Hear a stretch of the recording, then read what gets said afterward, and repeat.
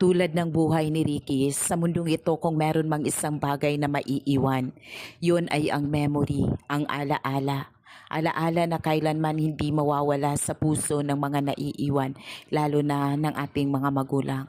Isa sa pinakamasakit na pangyayari sa buhay ni Lola Sita, pagkawala or ang pagkamatay ni Ricky. Biglaan ang kanyang pagkawala sapagkat hindi namin ito lugod na inaakala na ang kanyang pagaling mula sa pagkawala sa tamang pag-iisip ay siya rin pagkawala niya sa mundong ito. Sobra itong napakasakit, subalit nagbibigay ito ng leksyon sa bawat isa sa atin na sa mundong ito hanggat maaari, ipakita mo ang pagmamahal sa iyong mga magulang at sa mga tao na nasa paligid mo, samahan mo sila, makipagbanding ka sa kanila sapagkat hindi natin alam kung kailan tayo mawawala sa mundong ito. Isa din sa mga bagay na natutunan ko sa buhay ni Lola